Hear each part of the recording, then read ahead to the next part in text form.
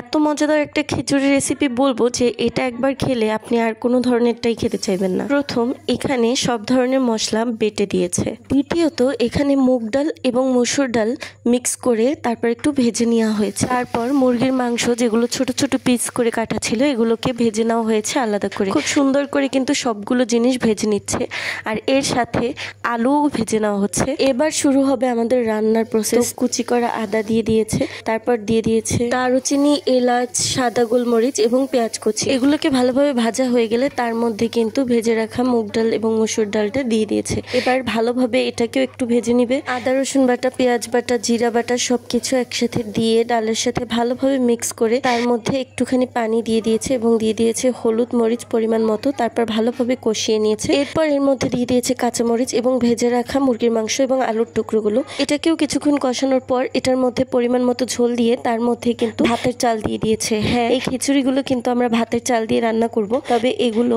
ভাত আলাদা করে রান্না করা হয়েছে, তারপর এই চাল দিয়ে খিচুড়িটা রান্না করা হয়েছে, যার কারণে খিচুড়িটা হয়েছে খুবই ঝরঝরে এবং খুবই মজাদার। খিচুড়ির কিন্তু অনেক ধরনের ভ্যারাইটিস আছে। একটা হচ্ছে খিচুড়ি ভুনা এবং লাটকা খিচুড়ি। আমার কাছে দুটোই ভালো লাগে, তবে খিচুড়ি ভুনাটা এত পছন্দ ছিল না, আজ অনেক ভালো লেগেছে। আজকে এতটা ভালো লেগেছে আমার কাছে, এরপর থেকে খিচুড়ি ভুনাও আমার কাছে পছন্দের হয়ে গেল। আপনারাও বাসায় এইভাবে রান্না করে দেখবেন, অনেক ভালো লাগে, অসাধারণ লাগে।